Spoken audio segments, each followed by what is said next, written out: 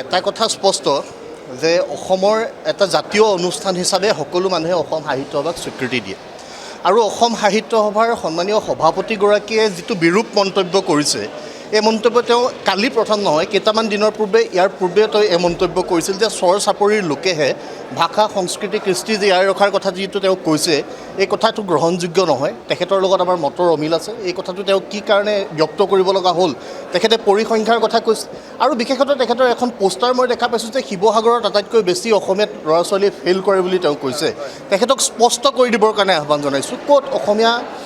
ভাষাটোৰ যিটো পীঠ স্থান শিৱসাগৰ সেই শিৱসাগৰক লৈ তেওঁ বিৰূপ মন্তব্য কৰিছে আৰু এনেকুৱা ধৰণৰ মন্তব্য অসম সাহিত্য সভাৰ দৰে এটা গুৰুত্বপূৰ্ণ অনুষ্ঠানৰ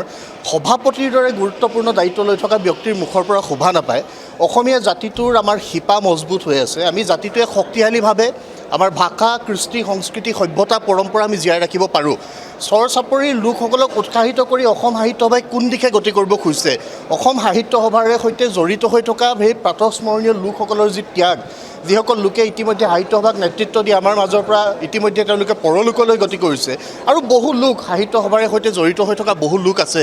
যিসকল লোকে এতিয়াও অসমৰ ভাষা সাহিত্যক শক্তিশালী ৰূপত আগবঢ়াই নিবৰ কাৰণে বিশ্ব দৰবাৰত শক্তিশালী জীয়া ভাষা এটা হিচাপে অসমীয়া ভাষাটোক তুলি ধৰিবৰ কাৰণে প্ৰয়াস কৰি থকাৰ সময়ত বসন্ত গোস্বামী ডাঙৰীয়াৰ যি বক্তব্য এই বক্তব্য গ্ৰহণযোগ্য হ'ব নোৱাৰে আৰু তেখেতে এই গোটেই কথা বতৰাবিলাক কওঁতে আহিব লগা দিনত যাতে সংযমী হৈ চলে তাৰ বাবে আমি তেওঁক আহ্বান জনাইছোঁ যিকোনো খবৰৰ বাবে যোগাযোগ কৰক আমাৰ এই নম্বৰত